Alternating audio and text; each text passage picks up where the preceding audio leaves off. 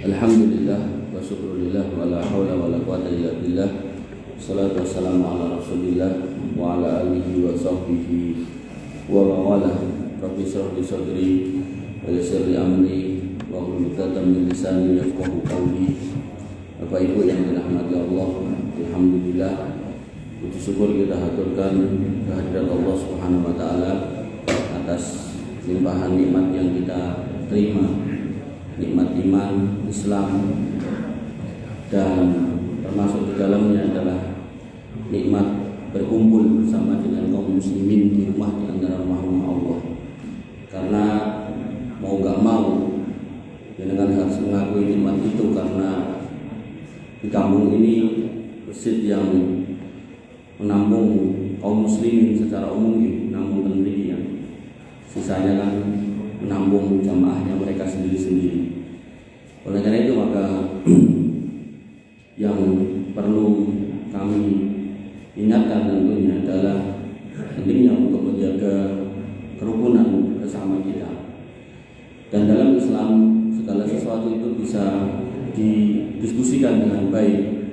Sampai Allah Subhanahu wa taala mengatakan wa in tanaza'tum fi syai'in farudduhu ila Allah wa rasulih. Kalau kamu punya perbedaan, punya permasalahan, maka kembalikanlah kepada Allah dan Rasulnya. Dan baliknya Gusti Allah, ini mas, wong yo ora iso ngendikan karo Gusti Allah.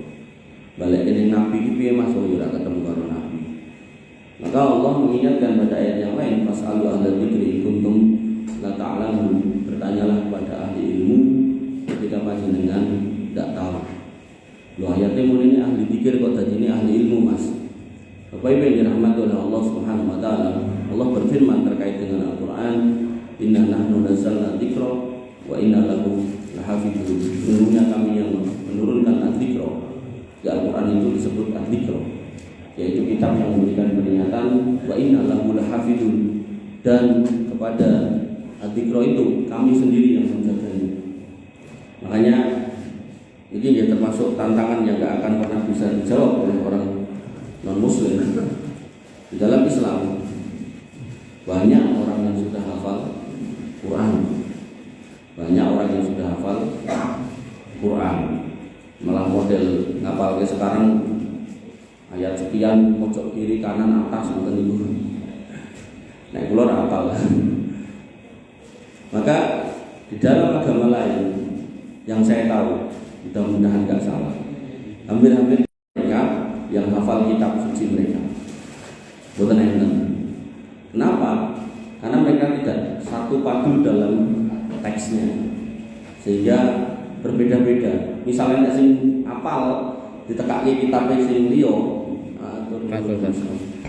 kopi susu. Kok gelasnya gitu.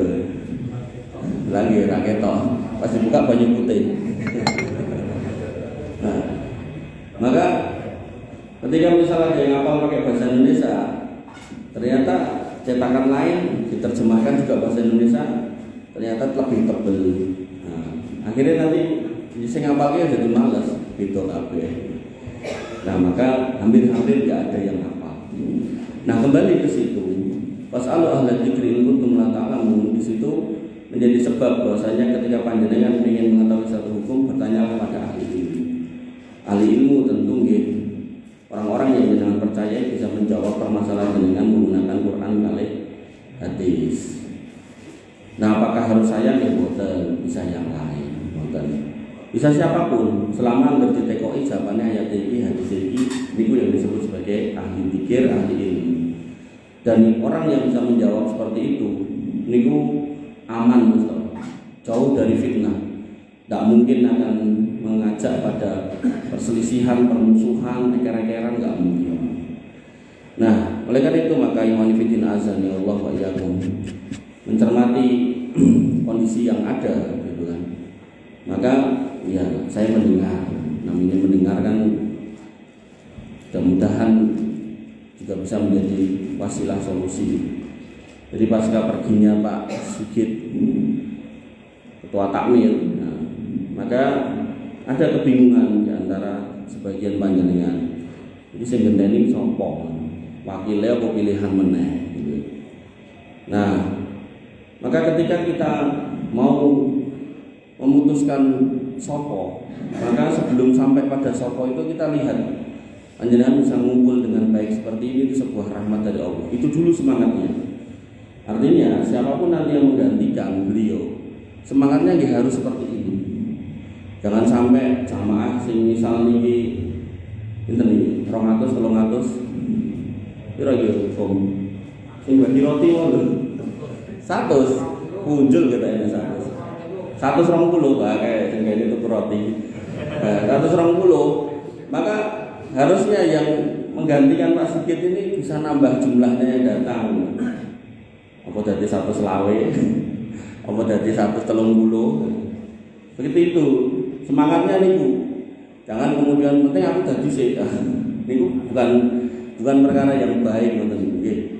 Nah, maka pada kesempatan malam hari ini sebenarnya temanya masih nyambung zakat dan zakat pertanian. Tapi saya selipi aja biar jenengan nanti bisa mendapatkan tambahan ilmu, yaitu tentang cara dalam Islam terjadinya suksesi kepemimpinan. Suksesi itu peralihan kekuasaan, peralihan kepemimpinan. Memang ini konteksnya dalam bernegara. Makanya nanti jenengan sudah dengar ini dan jenengan memahami, jenengan akan paham tonggo jenengan senyetan mereka kesalahan itu sebelah bumi. Niku mungkin kuncinya tentu. Karena nanti akhirnya para ulama akidah itu menuangkan bab ini di dalam kitab akidah. Jadi akidah itu jangan cuma dibayangkan cuma ngomongin Gusti Allah, Rasul, hari kiamat, takdir, mboten niku tok. Bahkan urusan suksesi kepemimpinan itu di kitab-kitab akidah itu dimasukkan. Nah, Bapak Ibu yang dirahmati oleh Allah Subhanahu wa taala, ini alon-alon jadi sithik jane, tapi alon-alon dengan napa bisa nyantol ini. Nek mboten paham mangtanglet. Tadi di depannya sudah bilang fasalu ala dzikri kuntum la ta'lamun. Nah, dalam Islam sebuah kepemimpinan dianggap sah dan berlaku hukumnya sejak dulu itu terjadi karena tiga hal. Yang pertama adanya baiat. Nah, ini yang dilakukan wong etan niku gitu. Nah, baiat ini siapa yang baiat? Ini yang di sana enggak ada. Yang membaiat tidak cuma sembarang orang, tapi yang disebut dengan ahlul hali wal aqdi, yaitu orang-orang yang menjadi wakil kaum muslimin, tapi sebagai wakil mereka ini memang ahlul hali wal aqdi, jadi orang-orang yang paham tentang urusan kaum muslimin. Cara gampangnya ulamanya kaum muslimin gitu. Cara mudahnya orang-orang yang urusan dengan kaum muslimin. Jadi bukan misal kula ayo dengan baiat sama saya, aku sing ora baiat cara aku kafir, mboten. Tapi orang-orang yang dipegangi urusan oleh kaum muslimin di tempatnya masing-masing atau di bidangnya masing-masing, nah mereka ini yang membaiat.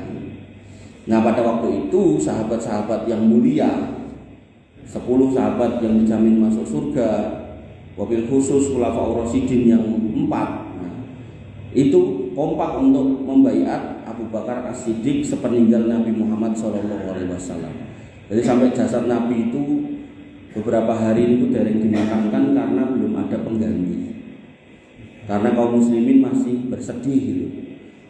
Nah, harapannya dengan yang diganti roda kepemimpinan segera berjalan. Dan ketika dipilih Abu Bakar As-Siddiq oleh ahlul halli wal aqdi, nanti ini jangan disamakan dengan Dewan Perwakilan Rakyat yang benten. Karena ahlul halli wal aqdi ini punya kualifikasi.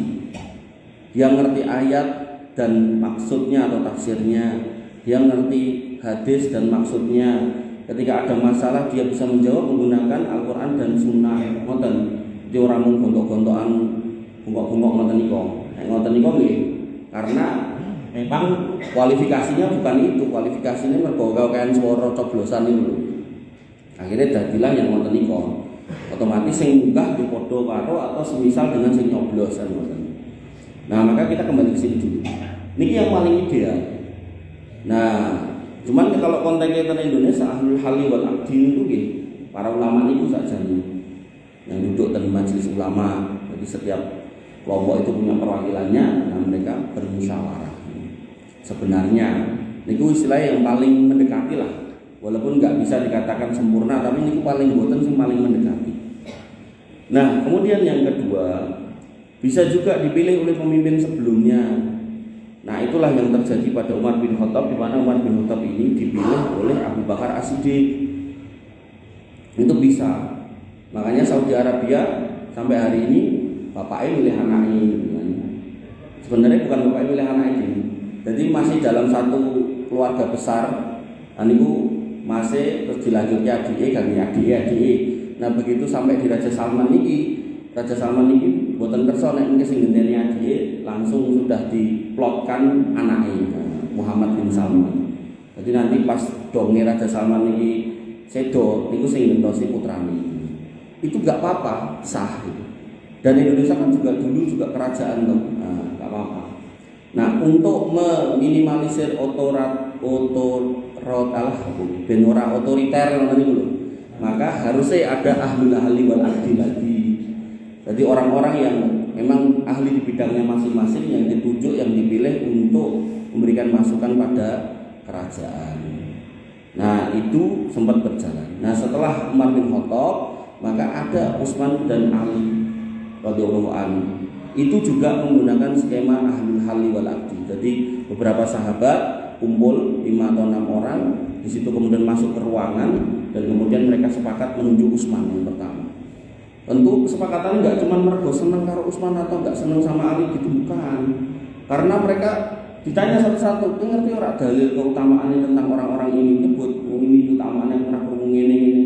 Oh, ternyata paling akeh dalilnya Utsman. Udah Utsman berangkat. Makanya di sini gagalnya orang Syiah gitu.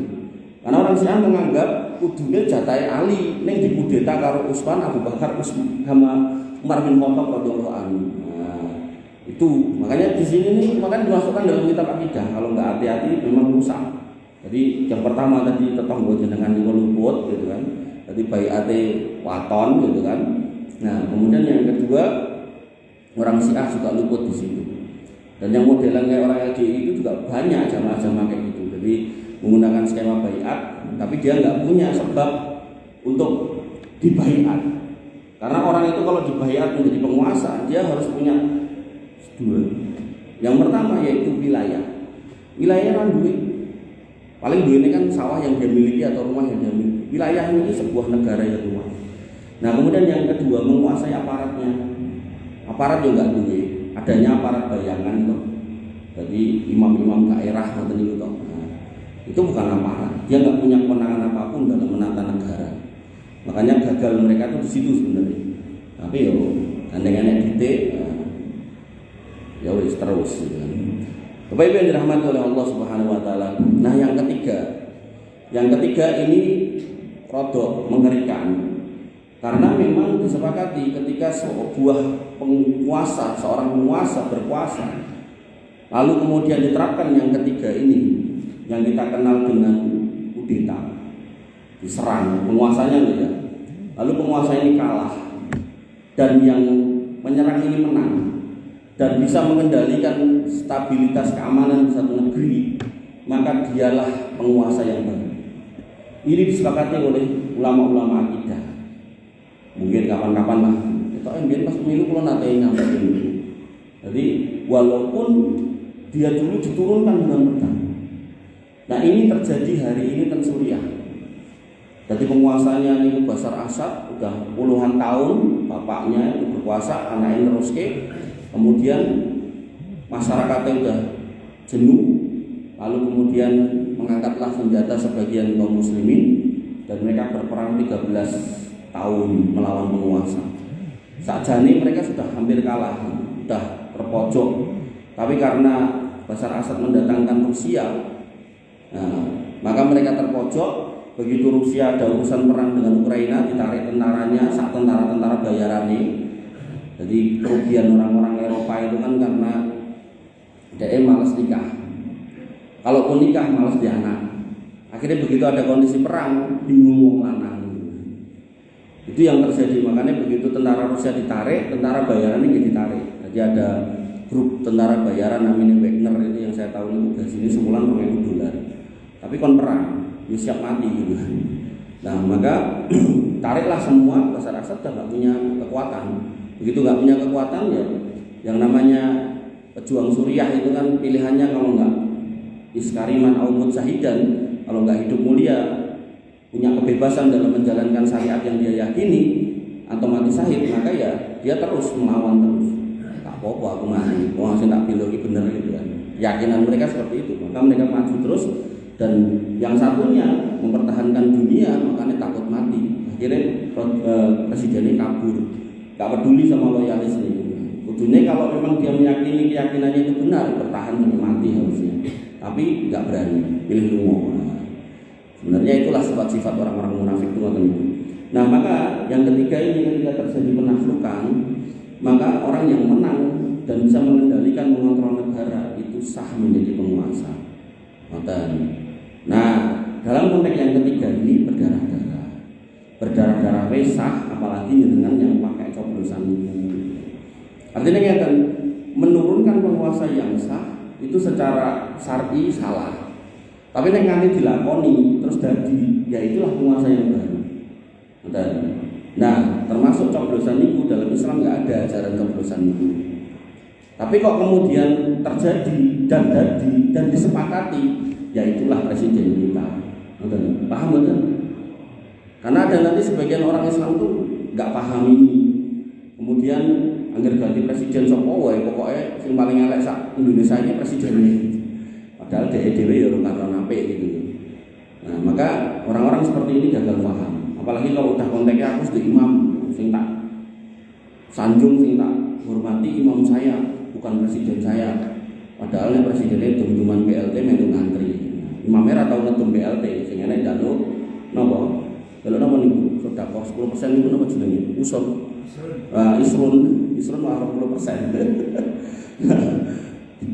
Nah, maka itulah kekeliruan sebagian kaum muslimin. Nanti kita masih menganggap mereka kaum muslimin. Nah, oleh karena itu maka Bapak Ibu yang dirahmati oleh Allah Subhanahu wa taala, kita lanjutkan dulu. Dalam syariat, orang itu kalau mau diangkat menjadi pemimpin di suatu negeri, itu punya syarat. Yang pertama harus Islam. Kemudian yang kedua balik itu berarti sudah melewati usia anak-anaknya, tidak terlalu kecil itu. Nah, kados Mas Gibran pripun balik toh. Kemudian yang kedua berakal itu berarti mboten edan. Kemudian yang keempat merdeka itu berarti mboten budak. Laki-laki. Jadi penguasa itu harus laki-laki. Sampai Nabi mengatakan la yuflihul qaumu idza usida amruhu bi imra'atin. Enggak akan berjaya sukses suatu pemerintahan atau negeri kalau urusan kekuasaannya dipegang oleh kaum wanita. Kemudian adil itu parameternya kan susah. Nah, kudune yang paling kelihatan itu nggih salat. Orang kalau udah sholat biasanya takut sama Allah, biasanya takut mendolimi orang. Nah, kemudian sebenarnya syarat khalifah itu harus berasal dari suku Quraisy. Nah, syarat ini ternyata dalam perjalanan sejarah sering tidak terpenuhi. Kenapa? Ya karena tadi ada konflik kepentingan sehingga terjadi perebutan kekuasaan. Oleh karena itu sampai Nabi SAW pernah mengatakan usikum bitaqwallah wa sam'i wa ta'ah wa in ta'amara alaikum abdun. Aku nasihatkan buat kalian untuk mendengar dan taat walaupun yang megang kekuasaan kalian seorang budak. Padahal syarat seorang khalifah, seorang penguasa harus orang merdeka. Ketika syaratnya orang merdeka, kok Nabi mengatakan namun toh karo budak? Loh berarti gimana? Berarti budak itu boleh dengan catatan nek memang DE akhirnya jadi. Tapi nek bisa nyari yang selain budak, maka itu lebih baik. Tapi kok akhirnya jadi, maka itu dia tetap penguasa panjenengan. Nah, jangan masih ingat dalam nubuat Nabi tentang 3 fitnah yang akan muncul sebelum Dajjal muncul. Di situ ada fitnah musara, fitnah kenikmatan, yang mana taholuha yakhruju min tahti qadamai ahli baiti, yang mana bentuknya asap yang akan keluar dari kaki ahli baitku. Yasumu annahu minni wa laysa minni, dia mengaku keturunanku ini sebenarnya bukan. Nah, dicirikan pada zaman itu kata Nabi SAW, manusia itu akan dipimpin oleh orang yang tulang panggulnya ada di tulang rusuknya. Ini dijelaskan oleh sebagian ulama sebagai orang cacat. Jadi akan muncul fitnah orang ngaku keturunan Nabi dan mencari kekayaan dengan itu. Kan mau nenten tau.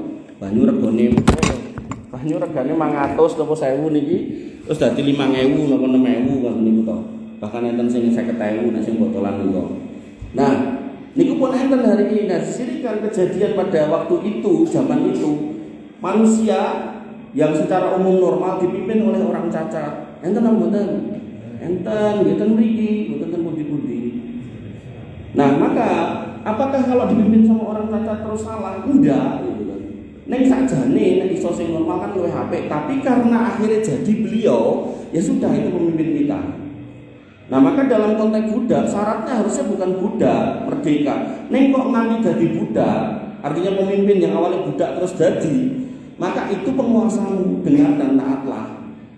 Termasuk sebenarnya pemimpin itu nggak boleh perempuan. Kok delalah karena manuver politik akhirnya seorang perempuan jadi, ya sudah itu penguasamu, dengar dan taatlah. Dong boten sampai mriki. Jadi Islam itu nggak pernah ngajak nyuruh gegeran urusan ngoten niku. Apalagi kalau sudah rakyat jelata kayak kita, gegeran urusan ngoten niku bermusuhan dengan aparat terus kena kalah akeh. Korban berjatuhan jelas. Makanya kenapa Nabi meminta untuk wis denggero dan taatlah. Dan ini pesan penjelang Nabi SAW wafat. Bapak Ibu yang dirahmati oleh Allah Subhanahu wa taala, ternyata dalam sejarah kekaisaran Romawi, jenengan ngertos Romawi wong bule-bule itu.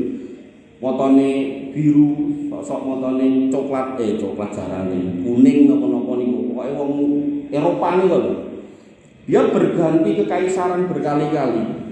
Karena proses penaklukan dari bule ke bule, dari orang mancung ke mancung, dari orang hitam ke hitam, sampai pada satu masa ada 2 kaisarnya. Niki wong kembar.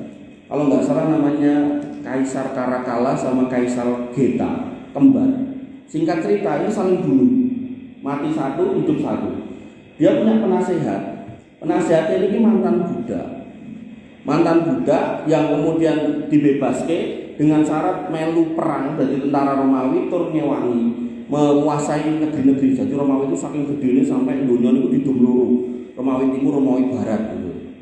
Nah, yang terjadi adalah begitu si kaisarnya yang satu ini mati, nah orang budak ini yang kulit hitam ini tuh nemplek kaisar yang munggah nih. Nah, nemplek kaisar yang munggah niku akhirnya dia mengkudeta kaisar yang munggah nih. Pinter menjilat, pinter bermanuver. Sehingga Romawi itu pernah dipimpin seorang kaisar kulit hitam budak lho kaya hadis Nabi. Tapi enggak berumur lama karena wong bule ya mesti megah dipimpin karo wong ireng. Akhirnya terus dikudeta meneh. Tapi pernah, artinya hadis ini pernah terjadi. Dan aku sudah mengantisipasi nek nganti enek wong ireng mimpin kowe manuto. Ireng di sini maksudnya budak. Karena nanti dalam hadis yang lain wa in abdun habasyun, budak Habasa, budak Ethiopia Afrika yang hitam. Ini bukan berarti merendahkan ras, enggak, karena pada zaman itu memang orang-orang Afrika itu banyak yang jadi budak. Dan orang-orang Arab banyak merendahkan para budak. Makanya Nabi mengingatkan nek nganti mereka bermanuver terus jadi khalifah, kuwi ya pemimpinmu, dengar dan taatlah. Bapak Ibu yang dirahmati oleh Allah Subhanahu wa taala, sehingga idealnya suksesi kepemimpinan itu menggunakan mekanisme musyawarah. Tapi kok kemudian musyawarah ini kemudian nggak memungkinkan dalam kondisi tertentu, akhirnya muncul kudeta tadi. Terus yang menang naik, ya sudah itu pemimpin yang harus diikuti dan ditaati. Dan catatannya adalah harus punya wilayah. Jadi orang mau ngaku-ngaku tok. Aku imammu, baik atau aku nek ora baik aku mati jahiliyah kan ngoten niku to doktrine. Nah, terus kuasamu ning ndi Pak Imam? Lah aku ning anu ning Kediri ning Wali Barokah tok lho, omahe pundi to? Ora tau tekan omah. Tapi ya paling sobone nggih ten mriku niku. Maka itu sebuah kekeliruan nih. Bahkan dia pun nggak pernah kunjungan kerja kemana-mana, ndelik ten mriku to. Paling dolanan Harley touring ngalor ngidul kita ngulon ra jelas. Nah, maka itu jelas bukan imam yang benar. Imam yang benar ya kaya Pak Prabowo niku, bawa pesawat nang pundi, ini ten Amerika, ten Rusia, ten pundi, ten Cina. Nah, ngoten niku, itu bener itu kayak gitu. Makanya jenengan sing mending kalau tadi dikatakan bahwasanya budak pun kalau naik itu bisa jadi penguasa, nah ini buatan budak atau Pak Prabowo mantan jenderal, jadi alhamdulillah rakyatan pun sepuh ya. Dan mungkin enten juga kegagalan orang HTI. Orang HTI itu menganggap nek pemimpin itu ora jenenge khalifah itu gak sah. Niku nggih kleru. Kenapa? Karena banyak dalil itu menggunakan banyak istilah. Ini menunjukkan bahwasanya perpolitikan setiap kondisi zaman itu beda-beda. Allah menggunakan istilah ulil amri pada Quran surat An-Nisa ayat 59. Ya ayyuhalladzina amanu atiullah wa atiur rasul wa ulil amri. Tuh, nganggo ulil amri. Kemudian nanti dalam hadis disebutkan lagi yang pertama menggunakan istilah sultan. Nabi SAW pernah bersabda, fa innahu laisa ahadun minan nas kharaja minas sultan sibron. Karena tidak ada seorang pun yang keluar dari ketaatan kepada pemimpinnya, sultan yang sejengkal pun, famata alaihi illa mata maitatan jahiliyah. Kemudian mati kecuali dia mati dalam keadaan jahiliyah. Ini kan sing didoktrin dia ngomong ngetan iki kok. Kudune kan orang ngambil istilah imam, tapi ngambil istilah sultan. Nah, kemudian juga ada istilah amir. Ini nggih bisa. Makanya zaman dulu ada istilah Amirul Mukminin. Kalau Raja Jawa nang istilahnya napa istilahnya? Amir khalifah kaum mukminin ing tanah Jawa. Ngapain kalimat ngoten niku? Dia pakai kata khalifah. Nah wong LDI kan LDI. Wong HTI kan pengennya pokoke kudu nganggo istilah khalifah. Nek ora nganggo istilah khalifah gak sah. Niki nganggo istilah amir. Tadi ulil amri udah, sultan udah. Niki nganggo istilah amir. Man ata'ani faqad ata Allah. Siapa yang taat padaku, maka dia taat pada Allah. Wa man asani faqad asallah. Sing gak manut karo aku, maka dia sudah durhaka kepada Allah. Wa may yuti'il amira faqad ata'ani. Siapa yang taat pada amir, bukan amir jamaah niku mboten, amir penguasa yang punya kekuasaan. Niku penting niku. Maka dia telah mentaatiku. Nah niki terus dicomot karo mereka. Oh iki gelare Pak Amir. Ini salah. Ngoten nggih. Jadi harus punya kekuasaan. Sekali lagi kekuasaan. Misal demikian terus namanya Pak Amir. Pak Amir dengan duwe kekuasaan apa? Omah sak pekarangan kuwi kekuasaanku Mas nggih leres. Artinya ketika kita masuk ke situ, kita harus menggunakan etika adab masuk ke area orang lain, nggak boleh sak-sake, nggak boleh buang air sembarangan dan niku mesti sing rumah yang nesu to. Cara ajeng mlebet griyane kan kula nuwun asalamualaikum kan ngoten. Nek langsung busak-busuk sing rumah nesu ya wajar, niku kekuasaannya. Tapi di luar pagernya ternyata sudah bukan.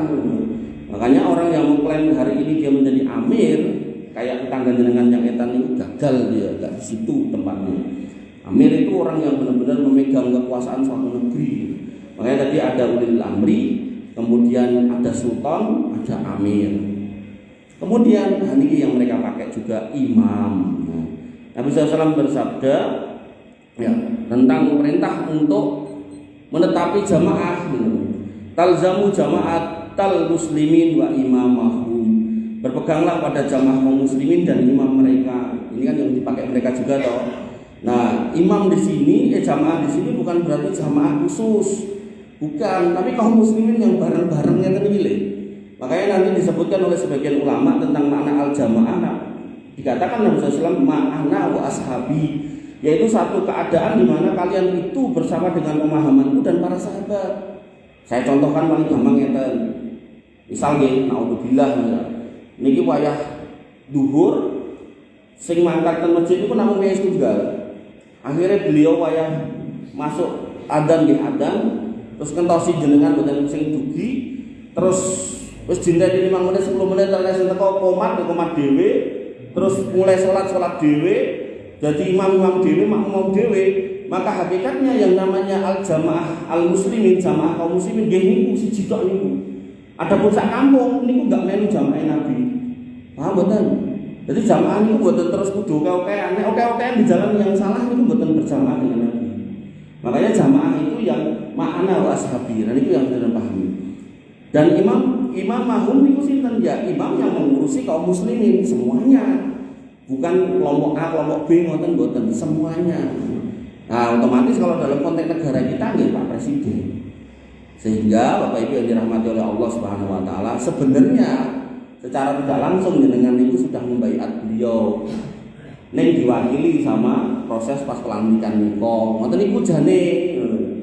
Nah, kok terus enek sing kurang mantep kadoan ini Jakarta, ora tau ngendaki nang Hulu, akhirnya gawe dhewe, berbaikat dhewe, karo imame dhewe, direko-reko dhewe gitu kan. Nah, itu keliru.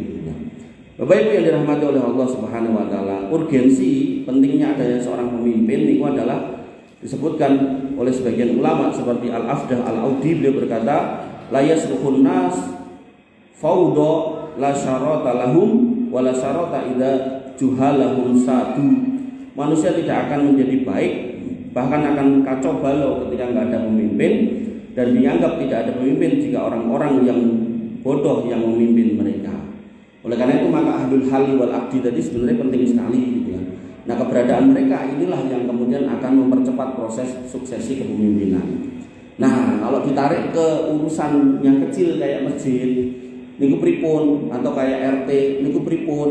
Nah, maka urutannya tadi ketika bisa secara aklamasi dipilih seseorang, baik dengan pilih perwakilan, misal RT-RT-nya, atau kemudian orang-orang yang tuanya, muasisnya, para pendirinya dikumpulkan. Yang jelas tadi semangatnya di depan.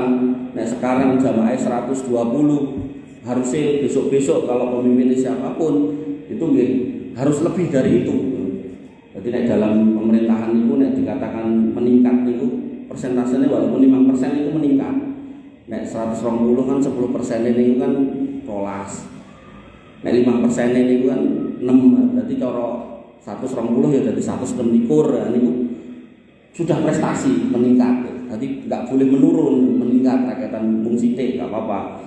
Nah, maka dalam konteks yang ada di tempat panjenengan ini gitu kan, maka itu semua bisa dipilih apakah dengan cara ahlul hali wal aqdi tadi, atau ketika memang panjenengan longgar dan lego, tapi sekali lagi ya motivasinya jangan sampai kemudian memecah belah kaum muslimin. Nah, maka itu bisa dirapatkan, dimusyawarahkan, itu tentu lebih baik. Dan musyawarah itu nggak harus voting. Kalaupun voting itu ya berikan kepada muasisnya. Makanya dalam pemilihan rektor dan kampus itu suara dekan kali masuknya benten. Mungkin suara dekan sama suara guru besar itu nggih benten. Jadi ada penghargaan pada orang-orang yang dikaruniai ilmu lebih gitu. Nah, maka monggo jenengan yang memilih.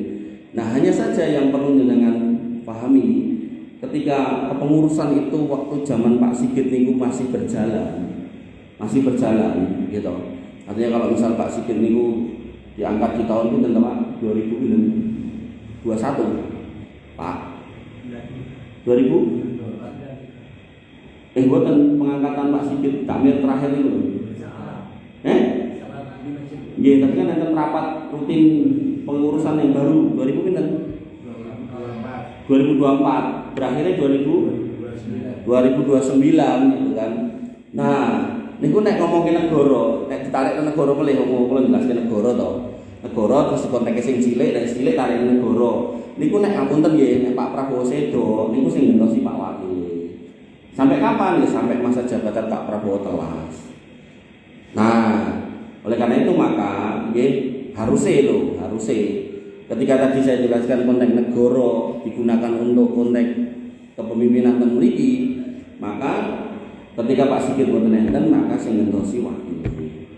Nah, mungkin masa jabatan strukturnya Pak Sigit ke bawah ini sudah selesai di 2029, 5 tahun ini. 2029, nah monggo silakan tetapkan yang baru dengan cara tadi musyawarah atau enten ahlul hali wal aqdi. Makanya saran saya, karena jenengan ini berkumpul berjamaah, maka sembari menjalankan amanah yang belum selesai itu, niku jenengan buatlah corotan koperasi niku ADART, corotan negara niku namine konstitusi, corotan perusahaan niku namanya nopo standar perusahaan atau nopo itu loh. Bagaimana ten akad pendirian perusahaan itu namanya ya ADART, anggaran dasar rumah tangga. Nah, itu jenengan tetapkan tentang proses pengangkatan ketua, wakil dan pengurus, periodenya dan seterusnya sampai nanti jenengan masukkan klausul kalau ketua atau pengurusnya meninggal seperti apa gitu. Itu ketika jenengan sudah tetapkan, jenengan sepakati, itu yang jenengan pakai dari masa ke masa.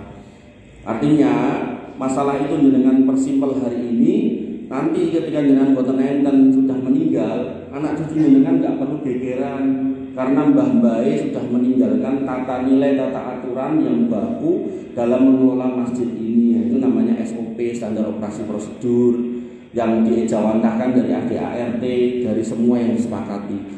Makanya itu tadi berawal dari musyawarah, ahlul hali wal aqdi, harapannya kemudian muncullah pemimpin yang baik dengan semangat tadi masjid yang netral itu nyamung niki, maka niki dengan harus besarkan dengan menambah jumlah jamaah yang bukan LDI tapi kesini, bukan malah kesana atau malah gak sholat. Jadi gak rono gak rene malah gak sholat. Nah ini keliru.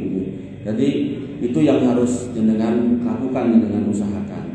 Jadi menurut saya nggak perlu membuang energi, apalagi ini mau Ramadan. Nah biarkan wakilnya ini memegang amanah itu sampai masanya Pak Sigit itu selesai. Karena saya sebenarnya ada ART yang sekarang katanya nggak ada, maka saya mengusulkan pada masa Pak Sigit itu sampai nanti selesai 2029 itu disusunlah ADART yang itu nanti menjadi pegangan ke depan agar buatan gegeran, buatan ruwet. Jadi bapak saya itu pernah ngurus masjid sing kidul dalan lor dalan niku, pinggir dalan niku. Dan bapak saya itu mengorbitkan orang yang muda. Menurut bapak saya yo engko iso dadi penerus lah dari jalur generasi muda. Ini ternyata yang namanya orang ya, begitu jadi ternyata ya setirannya angel, kandangannya angel. Pada hal-hal tertentu bukannya manut tapi malah ngeyel, bukannya mengikuti yang dimasukkan dalam saran-saran tapi malah menjadi penentang dan seterusnya. Nah, akhirnya bapak saya terima diem gitu. Padahal posisinya kan penasehat gitu. Nah, sempat dibuat kesepakatan naik 2 kali periode ganti. Ternyata yo 2 kali periode gak ganti, gak diganti. Bahkan mungkin sekarang udah entah berapa periode saya nggak tahu. Nah, maka ya harus komitmen. Artinya ketika ADART dibikin, ya suksesi itu harus berjalan. Dan dalam proses menjalankan suksesi ini harus disepakati maksimalnya berapa kali. Dalam rangka memberi kesempatan regenerasi tadi anak-anak kecil itu buahnya tadi saya makanya pas kok rame tapi pas tak lihat masya Allah cilik itu aset jenengan. Itu kalau hari ini nggak jenengan cekal, nanti begitu udah segede-gede ini, ya ini sih loro terlutok. Ini nggak segede-gede gini, nggak jenengan kasih kesempatan nanti 5 tahun lagi, dia akan merasa nggak dibutuhkan di masjid. Akhirnya boleh kesibukan di jopo. Nah, padahal sebenarnya masjid itu kan butuh untuk mengganti. Makanya bapak saya itu hari ini kan umurnya udah 70-an itu. Ketika saya budol, betul persau mulai jadi pengurus masjid ini. Masjid itu di lor kuwi lah tak kudetane. Wah, menulis tuwa ibadah wae lah. Jadi seperti itu gitu. Bahkan bapak saya sering cerita aku mbiyen karo Mbah Iman resiki masjid gitu kan, turune masjid karo PKI diuncali tai wis tak resiki gitu kan. Maka hal-hal seperti itu menjadi kenangan gitu. Dan tentu nggak akan bisa terlupakan gitu kan.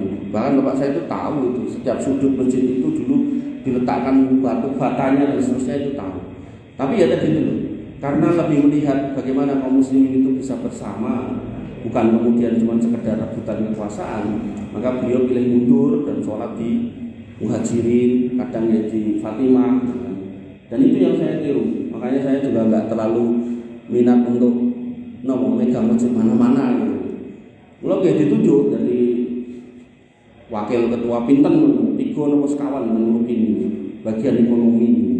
Jadi saya juga ya jarang rapat kalau pas dongeng rapat kalau isi pengajian sok ten niki sok ten pundi gitu.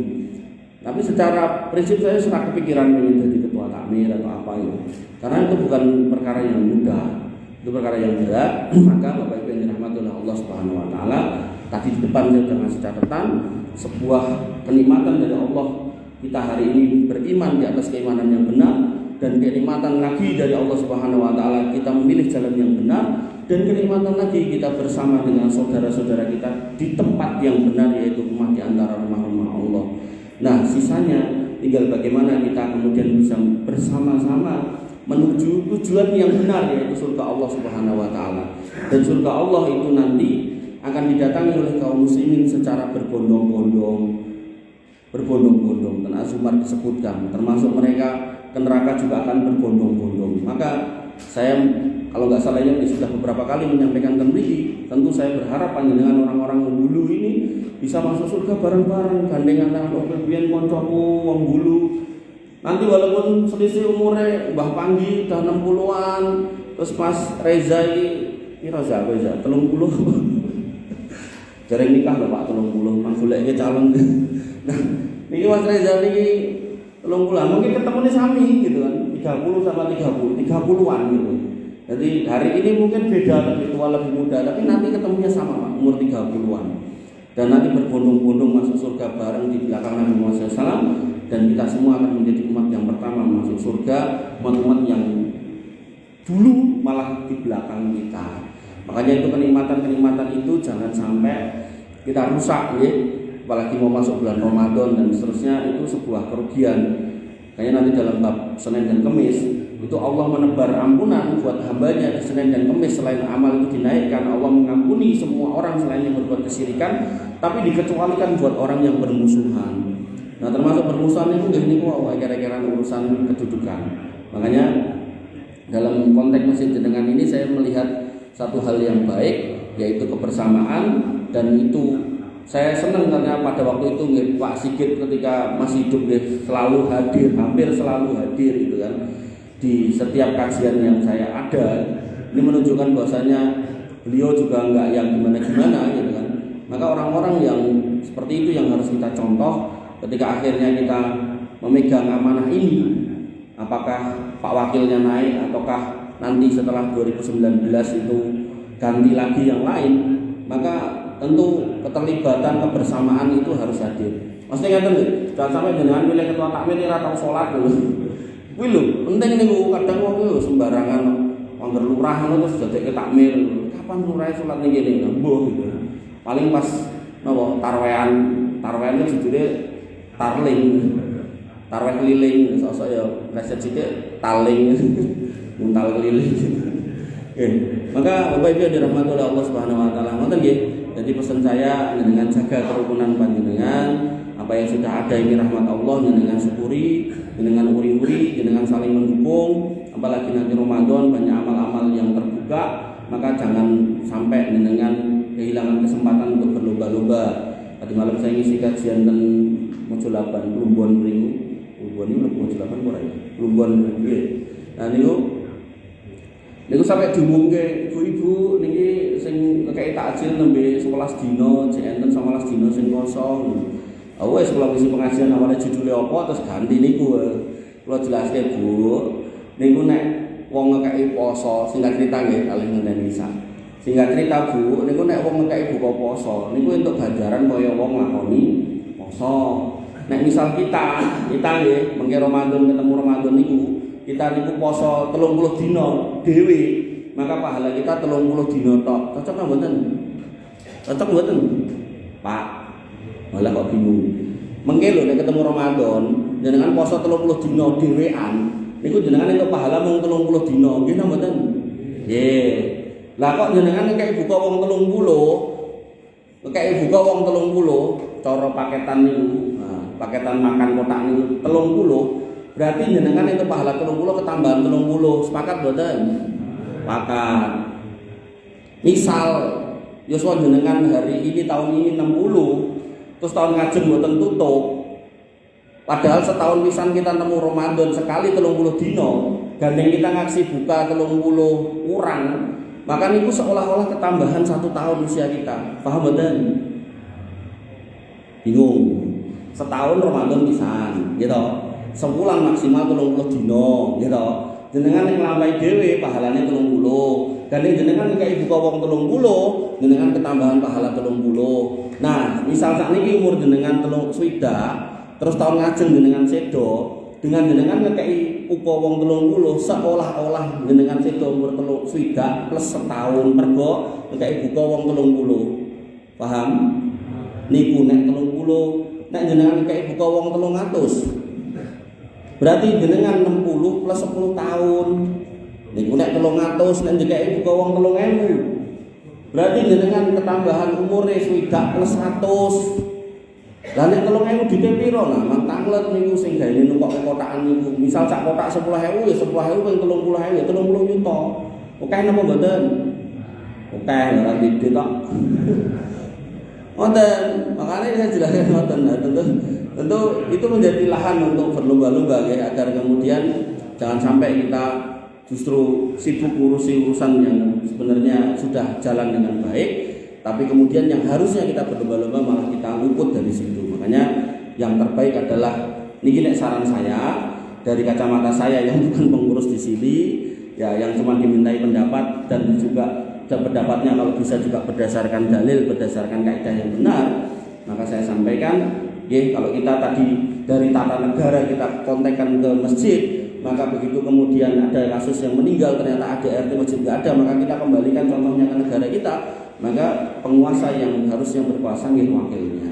Pun niku jenengan ridhoi, jenengan dukung sampai selesai masa jabatan. Nah sambil selesai niku jenengan nanti susun ADART, ketentuan-ketentuan yang memang bisa dipegangi untuk berikutnya, maka itu nanti bisa menjadi suksesi yang aman, damai, tentram dengan visi misi meningkatkan jumlah jamaah yang ke masjid.